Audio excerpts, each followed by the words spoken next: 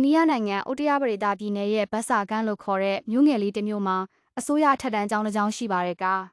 ဒီကျောင်းဟာနေပတ်မှာတော့ကျောင်းသူလေးတွေနဲ့စီကားနေတတ်ပေမဲ့ညနေဆောင်သွားတာနဲ့တပြိုင်နက်၆ကပ်ပြီးတိတ်ဆိတ်သွားလေးရှိပါတယ်က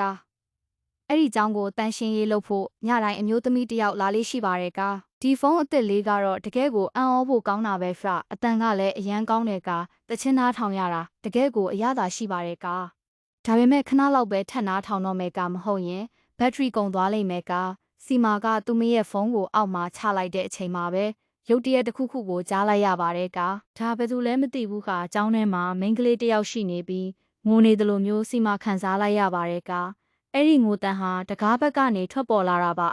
စီမာဟာအဲ့ဒီတကားရှိရာဘက်ကိုရှောက်သွားခဲ့ပါတယ်ကဘယ်သူလဲပြောစမ်းပါငါမင်းကိုတခုခုကူညီပေးလို့ရမလားကငါတို့စကားပြောလို့ရတယ်လေဟုတ်တယ်မလားကဘာလို့အပြင်မထွက်လာတာလဲကအခုအပြင်မထွက်လာဘူးဆိုရင်တော့ငါပဲအထဲကိုလာခဲ့တော့မယ်ကစီမာရှေ့ကိုတိုးသွားလေအတန်ကပိုကျဲလာလေပါပဲကရုတ်တရက်ငိုတန်ဟာရေတန်အဖြစ်ပြောင်းလဲသွားပြီးစီမာကြောက်လန့်လာပါတော့တယ်ကဒါဘာတွေဖြစ်နေတာလဲကငါတခုခုလုံးမှဖြစ်တော့မယ်က